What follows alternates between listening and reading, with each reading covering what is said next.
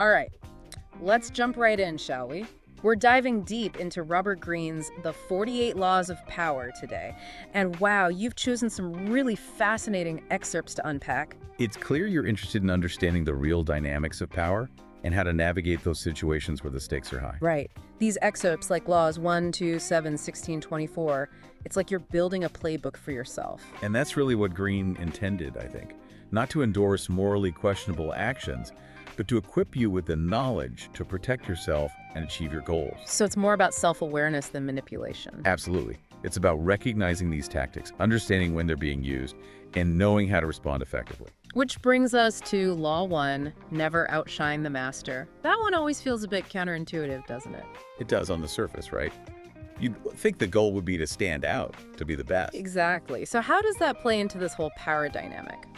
Well, Greene argues that making your superiors feel insecure is a surefire way to sabotage yourself. Sometimes the most strategic move is to empower those above you, make them look good. Interesting. So it's about playing the long game, building trust, and then what? Seizing power when the moment is right? Not necessarily about seizing power in a dramatic sense, but about strategically positioning yourself for success, which, now that you mention it, ties in nicely with Law 7. Get others to do the work, but always take the credit. Ooh, that one sounds a little, well, rueful. It can seem that way, but it's more nuanced than it appears. It's about recognizing that true leadership often involves delegation, leveraging the skills of your team. However, it's also about ensuring your contributions are recognized, your vision is being implemented. It's a delicate dance. A delicate dance. Almost like you're pulling strings from the shadows, which, now that we're talking about shadows, reminds me of this other law you highlighted, Law 2. Never put too much trust in friends. Learn how to use enemies. Ah, yes. That one's always a conversation starter.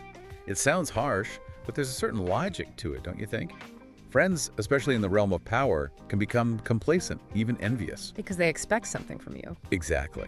A former enemy, on the other hand, someone you've conquered or won over, they often have more to prove, more loyalty to offer. They've seen your strength firsthand. That's a fascinating way to look at it. It makes you question who you can really trust in this game of power. And perhaps even more importantly, it begs the question, how do you want to build that trust, not just with others, but with yourself? Ooh, that's a good one. It's about self-awareness as much as it is about strategy, isn't it? Yeah. Which leads me to this other excerpt you chose, Law 16. Use absence to increase respect and honor. I have to admit that one threw me for a loop at first. It's funny how the laws that seem the most counterintuitive are often the ones that resonate the most, isn't it? It's all about scarcity, really. Think about it. The things we see every day, the people we're always around, we tend to take them for granted. Familiarity breeds contempt. Right, I've heard that saying.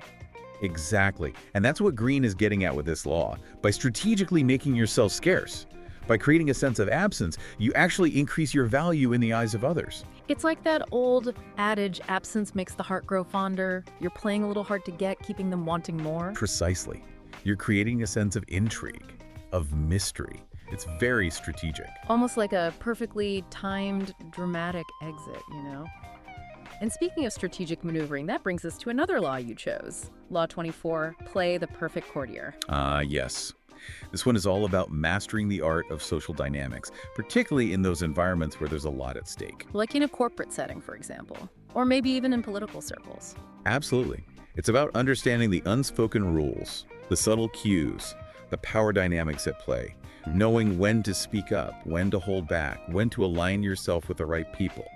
It's a delicate dance. It's like you're constantly reading the room, adapting your approach based on who's present, what their motivations might be. Exactly. And that's a skill that can be learned and honed just like any other. So it's not necessarily about being fake or insincere, but rather about being adaptable, knowing how to present yourself in a way that commands respect and attention. Exactly. Now, speaking of playing a part, you selected a cluster of laws that I find particularly intriguing. Laws 3, 4, 14, 19, and 21. These all deal with the idea of strategic deception and observation. Okay, yeah. This is where things get really interesting. Because deception, that's a pretty loaded word, isn't it? It has some negative connotations. It absolutely does. And it's important to approach these laws from a place of understanding and self-defense. What do you mean by that? I mean, it's not about becoming a master manipulator going around trying to deceive everyone you meet.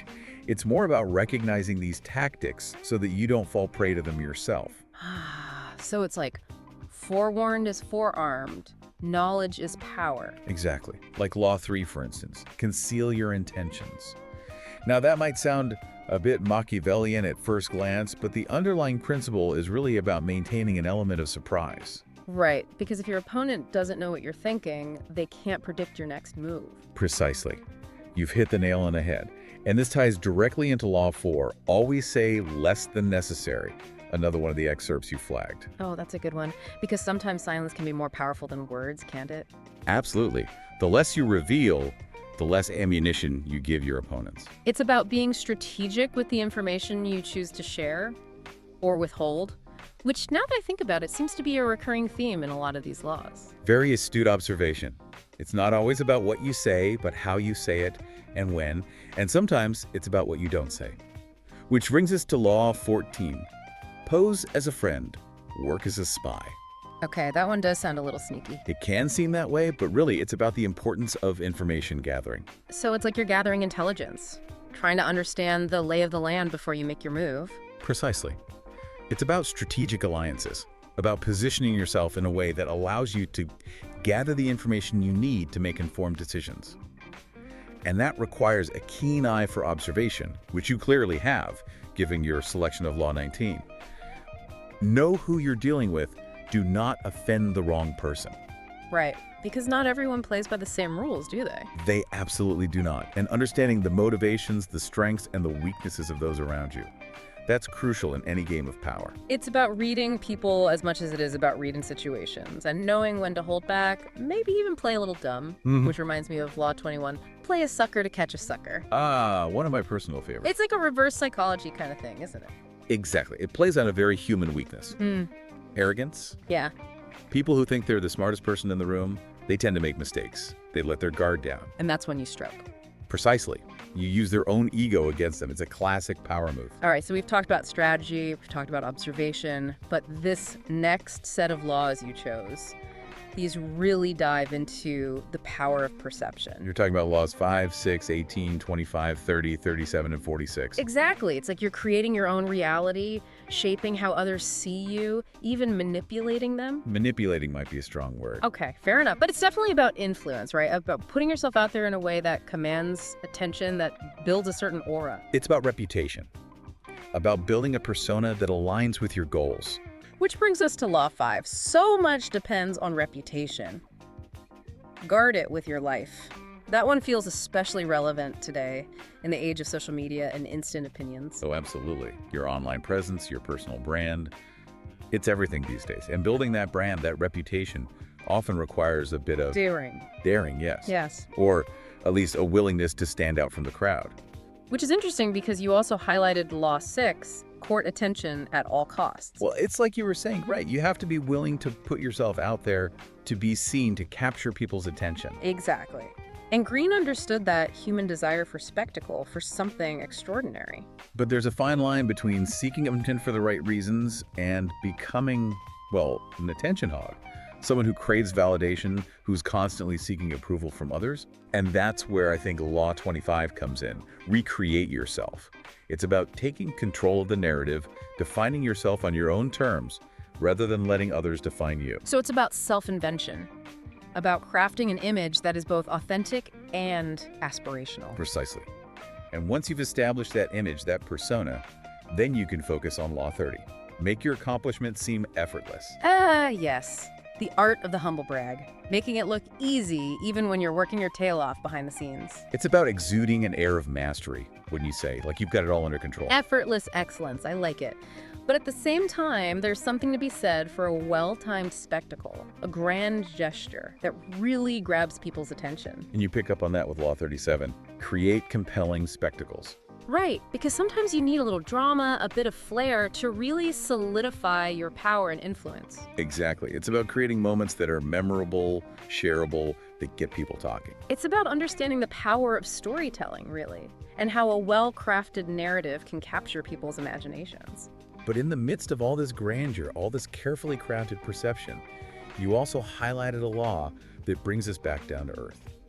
Law 46. Never appear too perfect. Because nobody likes a know-it-all, right? Right. There's something about perfection that is off-putting. intimidating even. So it's about being relatable, showing a little vulnerability, a touch of humility. Exactly. By allowing yourself to be seen as human with flaws and imperfections, you actually become more likable, more trustworthy. That's a fascinating paradox, isn't it? That sometimes showing weakness can actually make you stronger. It's counterintuitive, but often true. And it speaks to a larger point that Greene makes throughout the book. Power is rarely about brute force or domination. It's about understanding human nature and using that understanding to your advantage. It's about strategy, observation, and yes, even a bit of carefully crafted perception. Wow, we've covered a lot of ground today. We have. It's been a pleasure exploring these laws with you. Likewise. And for those of you listening, we'd love to hear your thoughts. Which of these laws resonated with you the most? How do you navigate the complexities of power and influence in your own life? Let us know. Until next time, keep those deep dives coming.